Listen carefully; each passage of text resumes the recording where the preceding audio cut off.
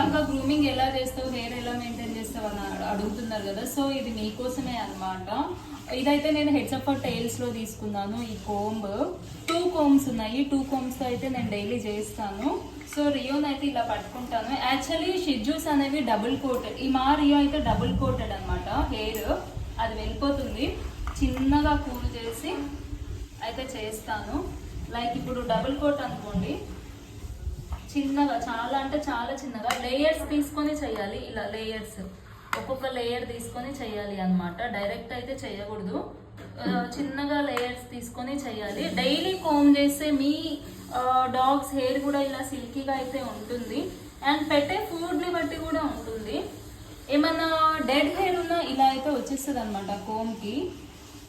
combing అయితే ఇది